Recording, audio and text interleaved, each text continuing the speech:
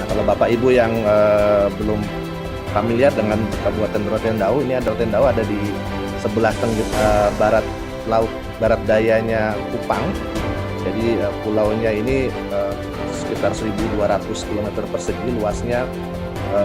Ada 120 pulau kecil-kecil di situ, 7 pulau yang berpenghuni, kemudian populasinya 143.000 jiwa.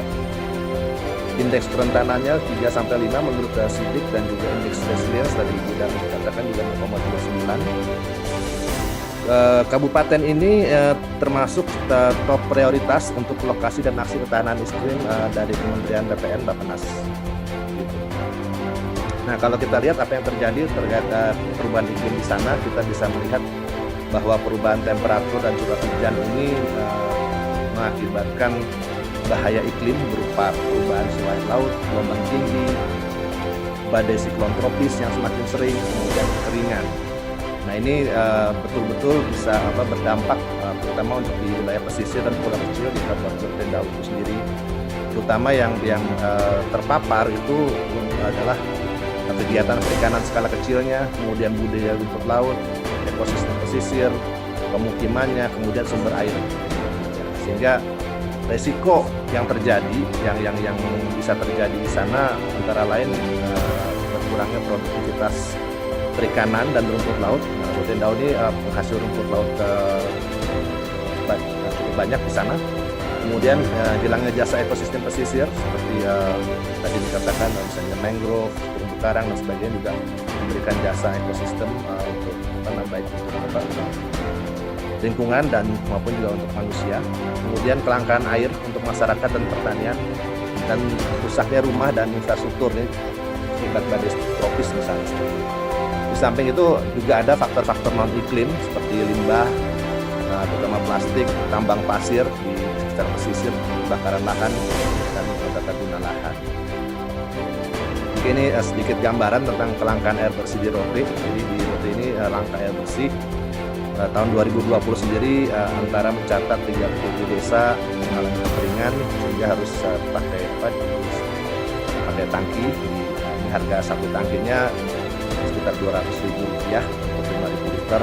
Kemudian di pulau-pulau kecil sekitarnya seperti di Nusa Manuk, Pulau Nusa Manuk ini harganya Rp100.000 untuk 1.200 liter. Nah, ini contoh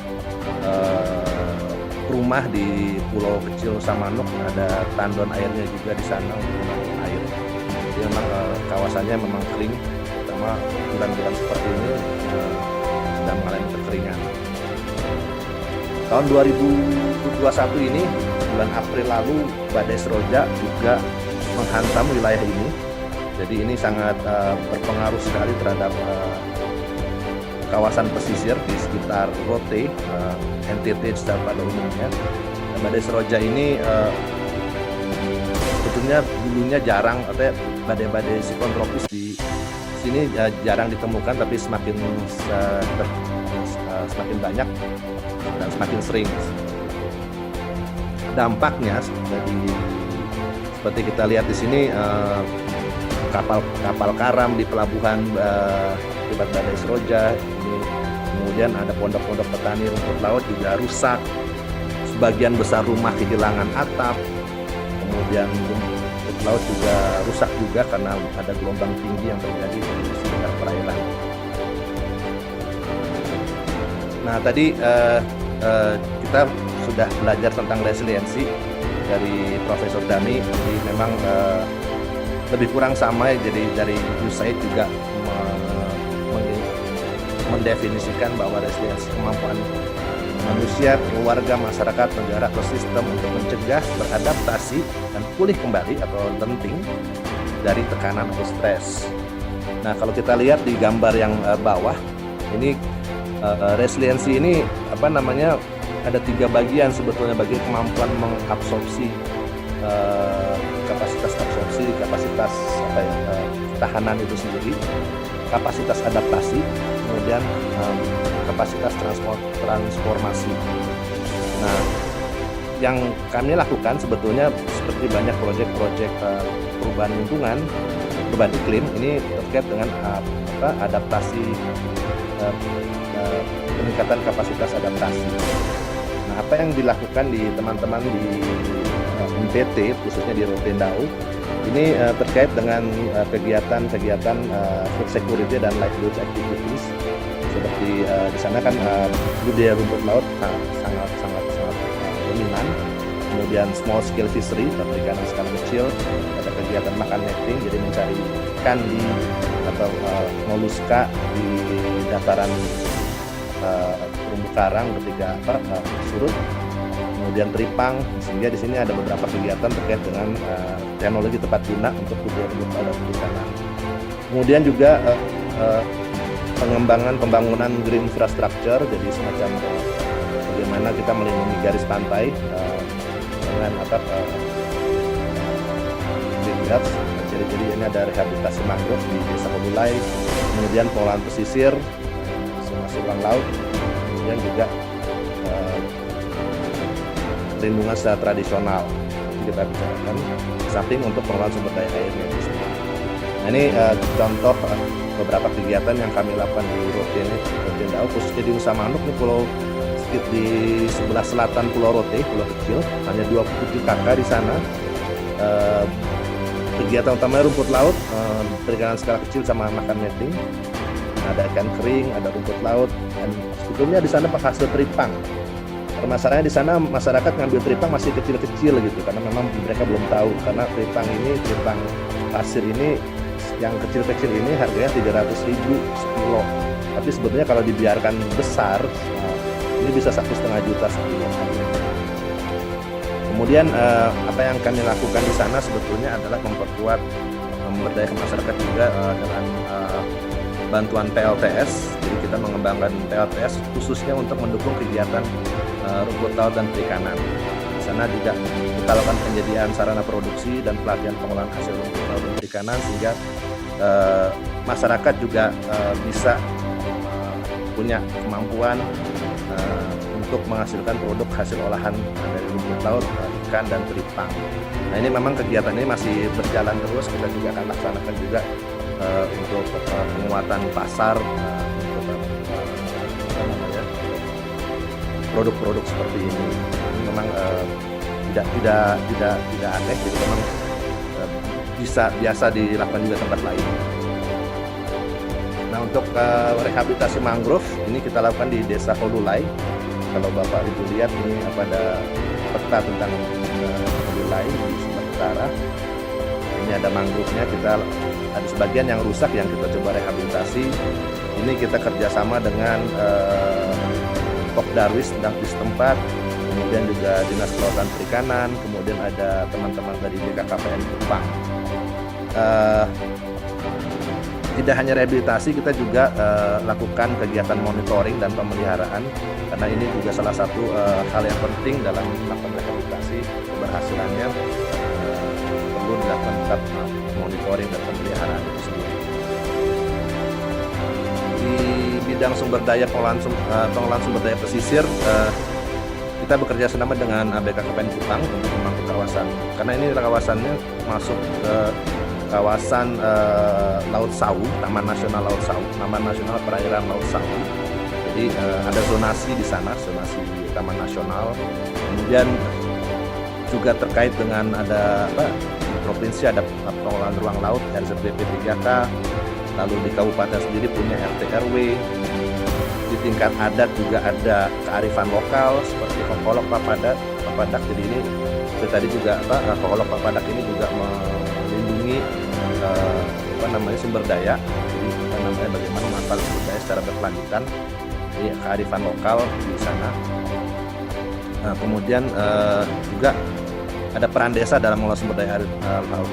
Tantangannya di sana sebetulnya sinkronisasi dari semua kebijakan ini, dan juga bagaimana desa mampu dalam mengelola sumber dayanya sendiri.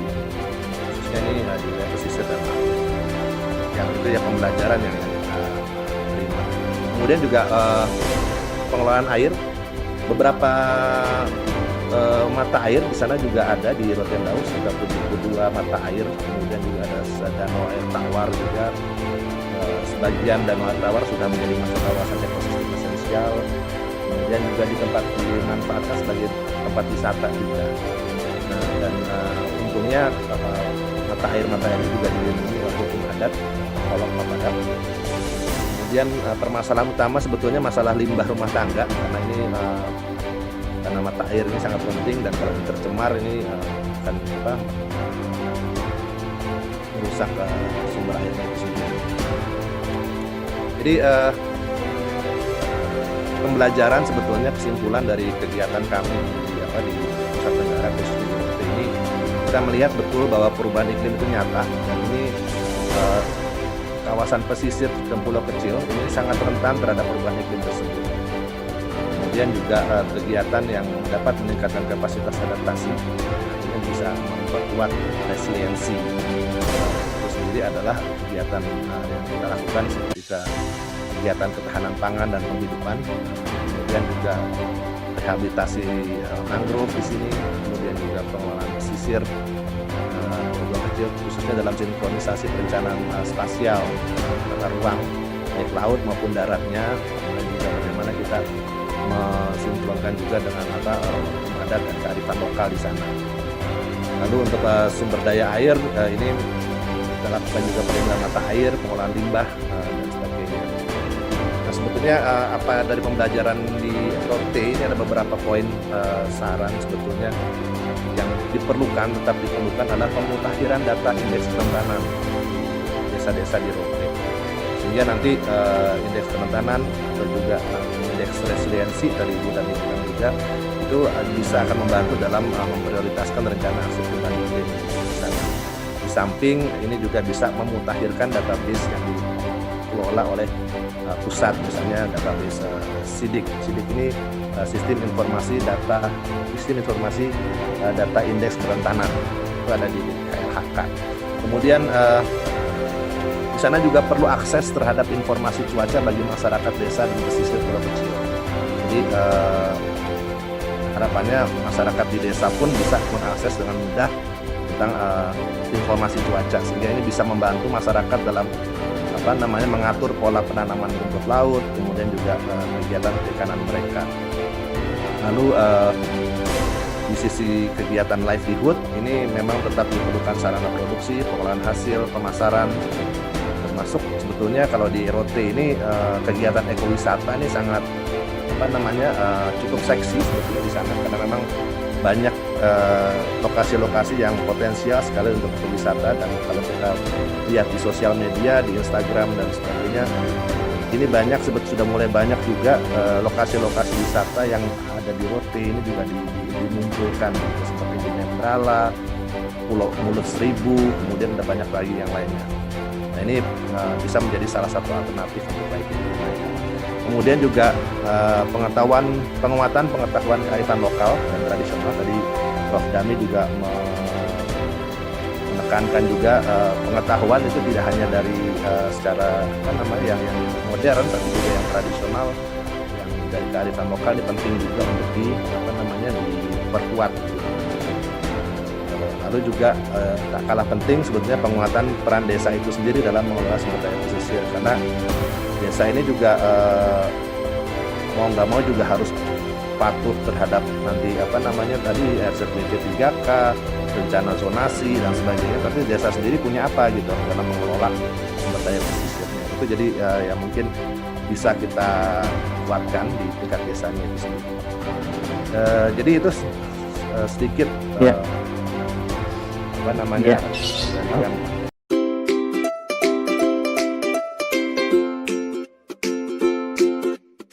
Dapatkan kabar baik dan kebaikan desa dan perdesaan hanya di TV Desa News. Unduh aplikasinya segera.